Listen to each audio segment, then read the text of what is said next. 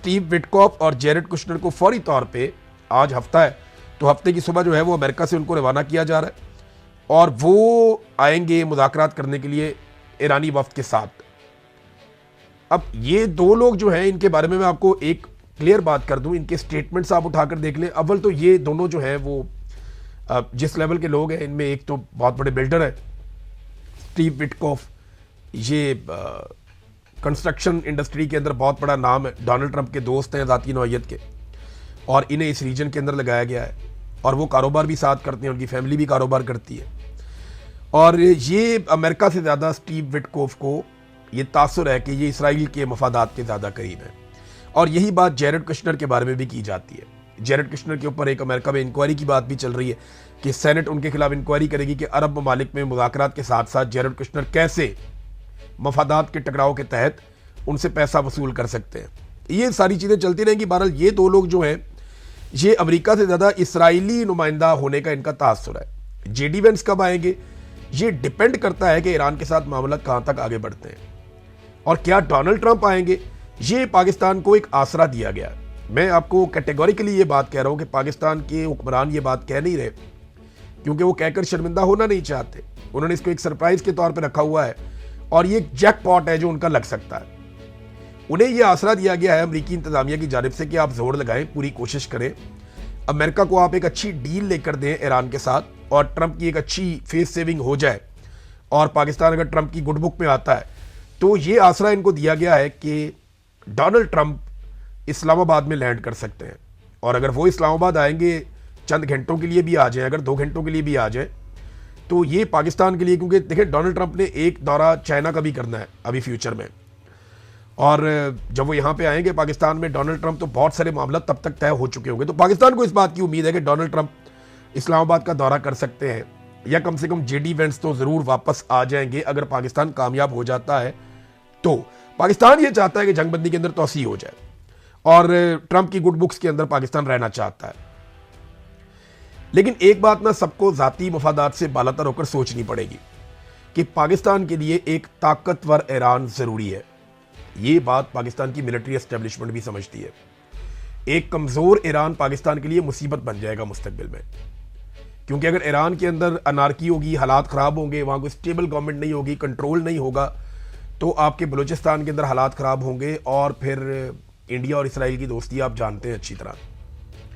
अगर ये बात एस्टेब्लिशमेंट के दिमाग में है और वो ये जानते हैं और अगर वो इसके तनाजुर में चीज़ें कर रहे हैं तो वो सही कदम आगे बढ़ा रहे हैं कि ईरान एक मजबूत मुल्क के तौर पे पाकिस्तान को सूट करता है, एक कमज़ोर ईरान पाकिस्तान को सूट नहीं करता। लेकिन दूसरी तरफ हमें याद रखना है कि अगर जंग दोबारा शुरू होती है, लड़ाई बढ़ जाती है, जिसके इम्कानात उतने ज़्यादा नहीं है, लेकिन अमेरिका जिस तरह हथियार इकट्ठे कर रहा है, इस तरह इस रीजन में पहले हथियार नहीं पहुँचे। अमेरिका के कौन कौन से जो बहरी बेड़े हैं वो यहाँ पे आ गए हैं, इसकी पूरी तफसीलात मेरे पास मौजूद है। मैं इसको आज स्टडी कर रहा था, मैंने ये सारा रिकॉर्ड निकाला है कि किस तरीके से अमेरिका ने बड़े पैमाने पे अपने हथियार यहाँ पे पहुँचाए। बहुत सारे हथियार अमेरिका के, यानी अब्राहम लिंकन वहाँ पे उनका बहरी बेड़ा पहुँच गया है, ये जेरल्ड आर फोर्ड यहाँ पे पहुँच गया है, फिर USS जॉर्ज H.W. बुश यहाँ पे पहुँच गया है, फिर FS चार्ल्स डिकॉल यहाँ पे पहुँच गया है, फिर जो अरेबियन सी है वहाँ पे USS ट्रिपोली है और USS बॉक्सर भी यहाँ पे रास्ते में है जो वेस्ट पैसिफिक की तरफ से आ रहा है। फिर मिस्ट्रॉल है, FS मिस्ट्रॉल, ये मशरकी मेडिटेरेनियन सी के अंदर है। फिर एक और बेड़ा भी है। तो अमेरिका के लगभग 8 बहरी बेड़े जो है वो इस रीजन के आसपास या इन्हीं पानियों के अंदर इस वक्त मुतहर्रिक हैं। और याद रखिएगा, ये एक बहरी बेड़े को चलाना, उसे कंट्रोल करना, ये मुल्कों को चलाने जितना पैसा इसमें लगता है। कभी इसके ऊपर डॉक्यूमेंट्रीज बनी हुई है कि अमेरिकन बहरी बेड़े कैसे काम करते हैं। एक एक बेड़े के ऊपर जो है वो 70 फाइटर जेट्स मौजूद हैं और दीगर जासूसी तैयारे और ड्रोन्स और बेशुमार चीज़ें। हज़ारों की तादाद में लोग होते हैं, किचन के अंदर ही सैकड़ों लोग काम कर रहे होते हैं। इसके ऊपर बड़ी ज़बरदस्त डॉक्यूमेंट्रीज हैं, मैंने देखी हैं।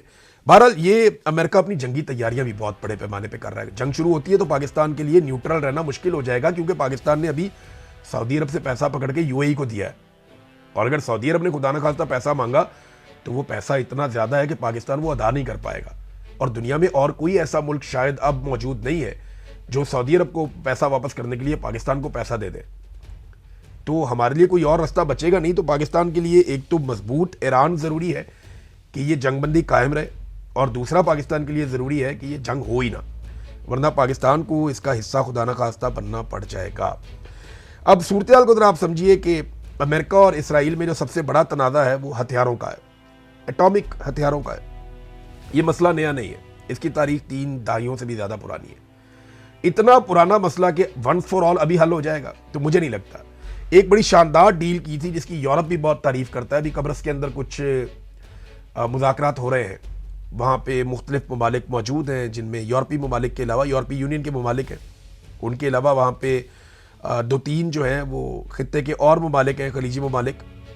ये जब बात कर रहे हैं तो वहाँ तारीफ़ की गई, यानी दूसरे ममालिक इसके अंदर जो हैं उनमें मिस्र, शाम और लबनान है। तो वहाँ जो बराक ओबामा ने 2015 में मुआहदा किया था ईरान के साथ, जौहरी मुआहदा, उसकी तारीफ़ की गई। लेकिन डोनाल्ड ट्रंप ने आने के बाद जब पहली इनको हुकूमत मिली 2016 में, तो वो मुआहदा इन्होंने ख़त्म कर दिया था, उस पर काफ़ी तनकीद भी हुई थी। बहरहाल ये मसला पुराना है हथियारों वाला, ये नया नहीं है और ये फ़ौरन हल भी नहीं होगा। इस वक्त जो सबसे अहम देरीना मसला है जो फ़ौरन हल तलब है वो है आबनाए हुर्मुज़ का, और इस पर बहुत ज़्यादा दबाव भी है।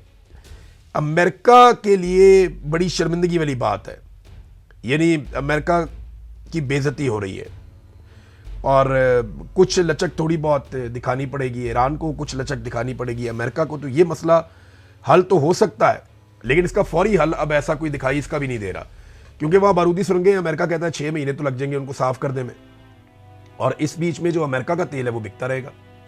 देखिए, अमेरिका के लिए कोई माली नुकसान नहीं हो रहा, अमेरिका वहाँ से अपना तेल बेच रहा है।